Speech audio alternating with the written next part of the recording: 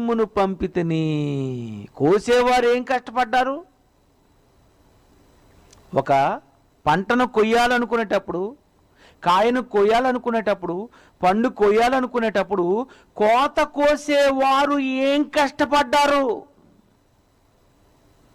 పొలం సంపాదించిన అతను కష్టపడ్డాడు.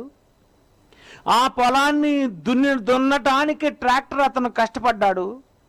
ఆ ట్రాక్టర్ అతను తర్వాత ఈ విత్తనాలు పండించడానికి మరొకరు కష్టపడ్డాడు. ఆ విత్తనాలు ప్యాకెట్స్గా చేయడానికి మరొకరు కష్టపడ్డారు. ఆ విత్తనాలు తీసుకొని వచ్చి నేలలో వేసిన తరువాత మరి సూర్యుడి కష్టం, గాలి కష్టం, నీరు కష్టం, పంచభూతాల కష్టం,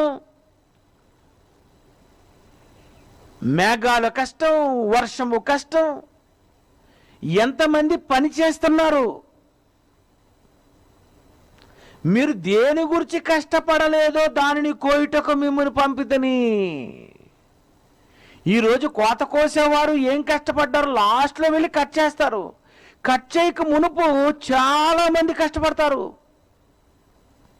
అదేవిధంగా 38, మీరు దేని గురించి కష్టపడలేదో దాని కోయుటకు మిమ్మల్ని పంపితని, ఇతరులు కష్టపడిరి, మీరు వారి కష్ట ఫలములలో ప్రవేశించుచున్నారని చెప్పాను.